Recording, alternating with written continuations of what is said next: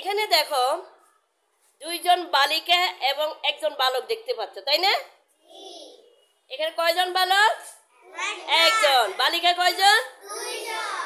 এই দুইটি হবে একসাথে। হ্যাঁ, এখন দেখো বালক আরেকটু চলে আসো, বালক আরেকটু।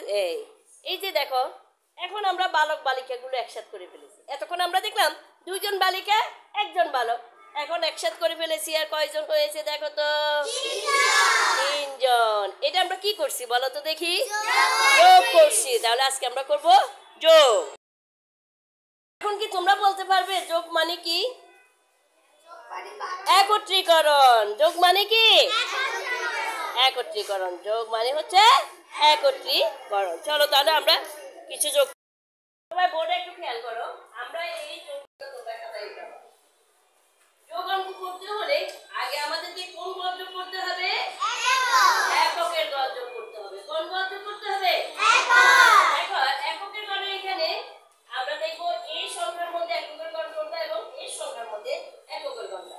এককের গড়টা দেখেন এখানে কত আছে? 4। এখানে কত আছে? 3। তাহলে 4 আর 3 এর যোগ করলে কত হবে? 7। 7 কোথায় যাবে?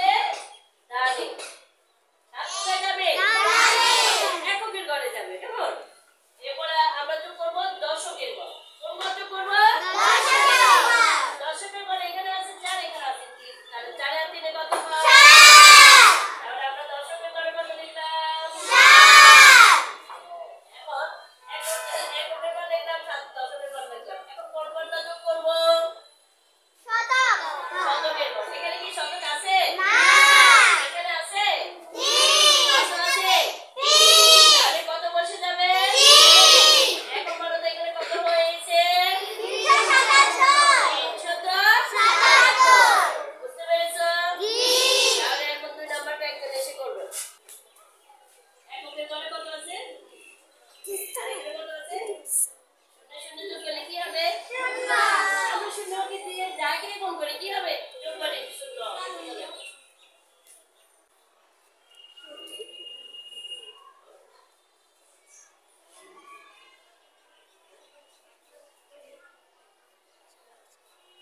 আচ্ছা, দেখো তো আরবে এই অঙ্কটা করলো, এটা ঠিক আছে কিনা সবাই একটু দেখো। ঠিক আছে? তাহলে এখানে কত হয়েছে বলো তো দেখি? 700। তাহলে আমার জন্য একটা তালি দিয়ে দাও সবাই। আফরিন আসো।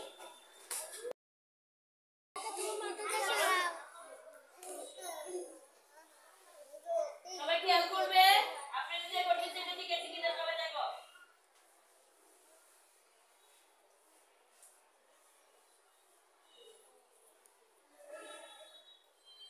আচ্ছা, তুমি এখানে কত লিখছো বলো তো দেখি?